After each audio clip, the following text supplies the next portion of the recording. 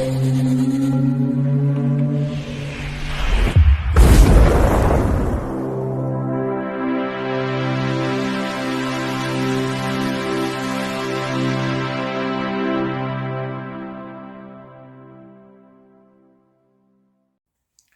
Bayek, it's me, Ian. And in today's video, I'm looking at this. This is Soylent Green from 1973. And it's described as dystopian sci-fi thriller. Yeah, perhaps that is a good description. Now, it's 97 minutes long, and Rotten Tomatoes give it 70%, which I suppose isn't bad, because there are people who are quite critical of this, as well as people in terms of critics who've now look at this film and see it very much for what it is in terms of context. Now, the screenplay is by Stanley R. Greenberg, who really was a pioneer of the docu drama, the documentary drama. But he did do the screenplay for Skyjacked, 1972, which is a Charlton Heston film, and also a film called Welcome Home, Johnny Bristol. Bristol, 1972. Yes, so there we are. Now, it's based on a novel called Make Room by Harry Harrison, which is from 1966. Now, the music is by Fred Myrow, who was known for doing Phantasm films. 1979, the first one. I'll be honest, it's not a series of films that I really got into, but a lot of people do rate them. Phantasm 2, 1988, and Phantasm 3, Lord of the Dead, 1994, apparently was in that. But what stood out for me is that you get some classical music. We get Tchaikovsky Symphony No. 6, Pathetique, extracts from that, obviously. Not the whole thing. You get famous tune as well. Beethoven, Pastoral Symphony No. 6. That is so popular. You get that, the famous bit from that. And of course, Grieg, Peer Gynt. That's a wonderful piece of music. We get that as well.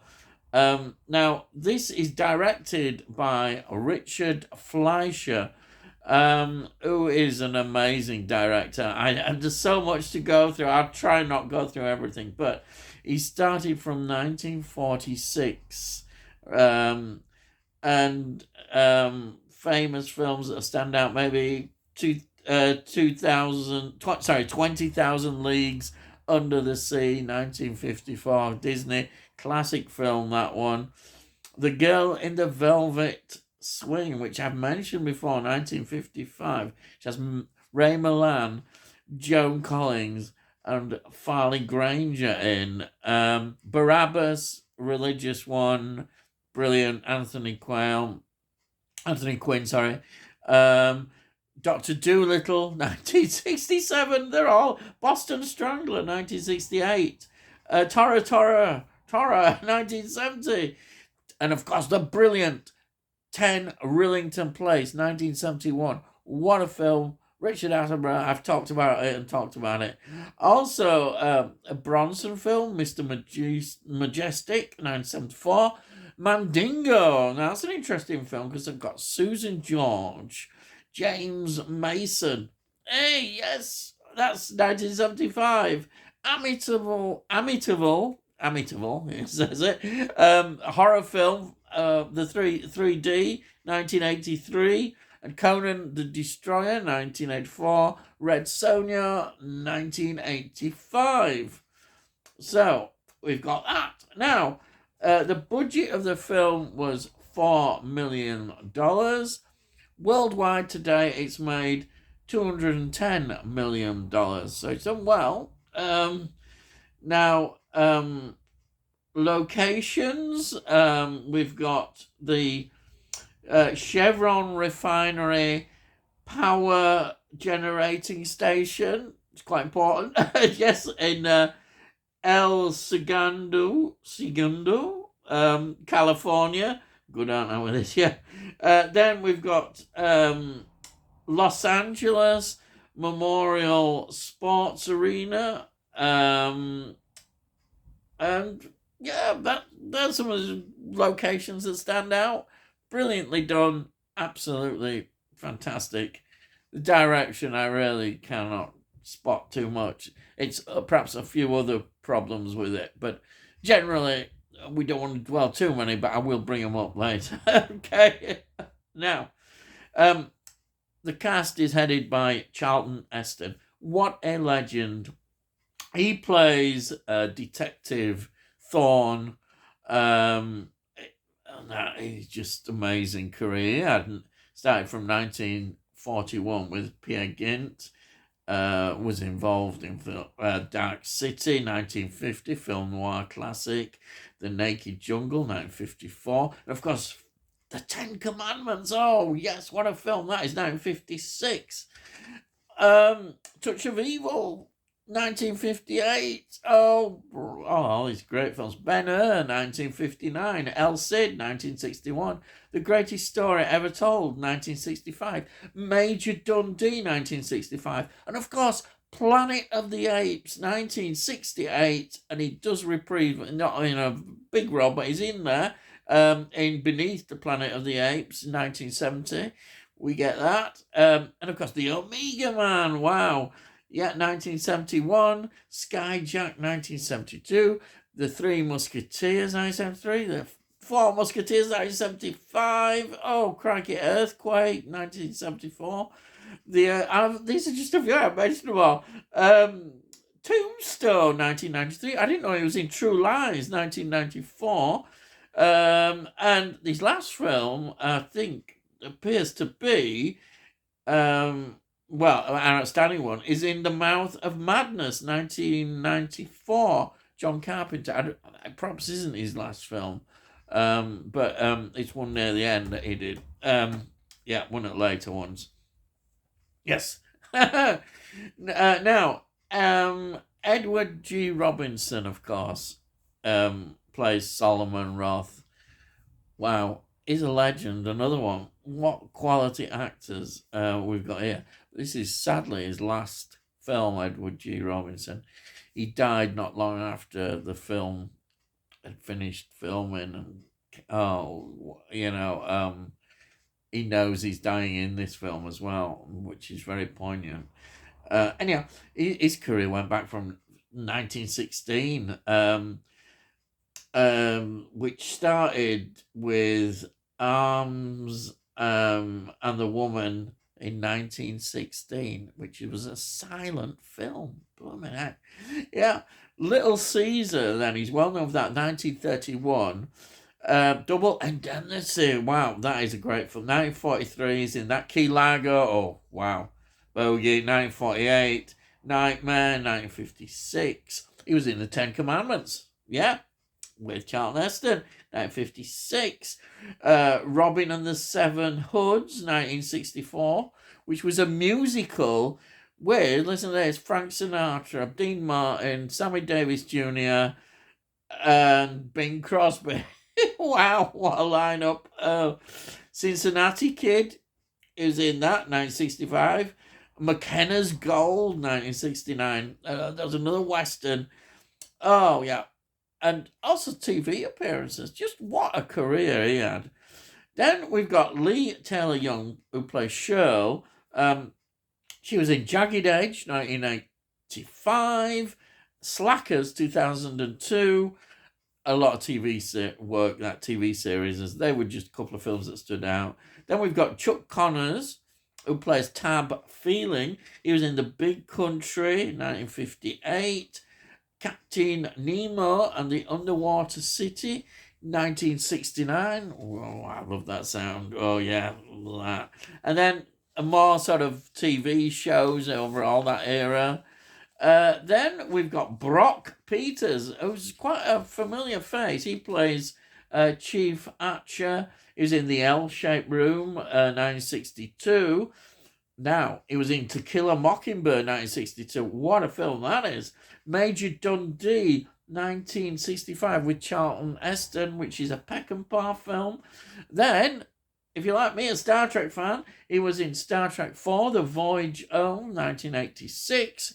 He was in Star Trek 6, The Undiscovered Country, 1991. Brilliant. Absolutely love it. Great. Then we've got Joseph Cotton, who has been popping up a bit recently. He plays William R. Simmons, and it's not a big role. He's not really big at all. He's right in at the beginning, and that's it. Yeah. Anyhow, his career went back from 1937. He was in Citizen Kane, 1941. He was in The Third Man. Yes, we mentioned that recently. Third Man, 1949. He was in Shadow of a Doubt, 1943, which was a Hitchcock film. He was in The Abominable Dr. Phibes, 1971, wonderful. He was in The Survivor, 1981, which was a supernatural horror directed by David Hemmings, of all people. Yes, well, wonderful. So, what is this story about? Well, it's set in 2020. Hey, it's the pandemic year. Interesting, isn't it? Yes. Now, it's a dystopian future. The Earth is in a bit of a mess. Dying oceans, the humidity that's all year, the pollution, the greenhouse effect, all that's happening, we might say, they're warning about today. This is ahead of its time, isn't it? Pollution, depleted resources, and then you've got major poverty and a major gap between the elite rich and the mass majority of poor, and overpopulation. Where are people going to live? How are you going to control it? And there's obviously food problems, and this is where it all starts to link in. The rich, of course, have their own special sort of fortified houses with security, bodyguards, and each one has a concubine, or you could say, who they call furniture. That's not a very good way of describing this, is it? They pass from one apartment owner to another. So they're always there and pass on, and they have to look after and become whoever owns it next, who it's passed on to. So food is now controlled by Soylent Corporation. And they have red Soylent and yellow Soylent, which is like a cube kind of sort of synthetic thing that they eat. And that is what they because real food, well, it's a rarity. It's on the black market. The rich sometimes get hold of it, but yeah. And they're introducing this new, now more nutritious one called Soylent Green, which they claim is from plankton and from the sea. But of course, we discover that maybe that is not quite right. No, there's a big conspiracy going on, and that's where it all starts, really. The detective played by Charlton Heston, he's called in to this murder of a figure from well, not just a figure, a wealthy, influential a board member of the Soylent Corporation. So he's been murdered, and it's from that we start to learn a lot more about what is going on.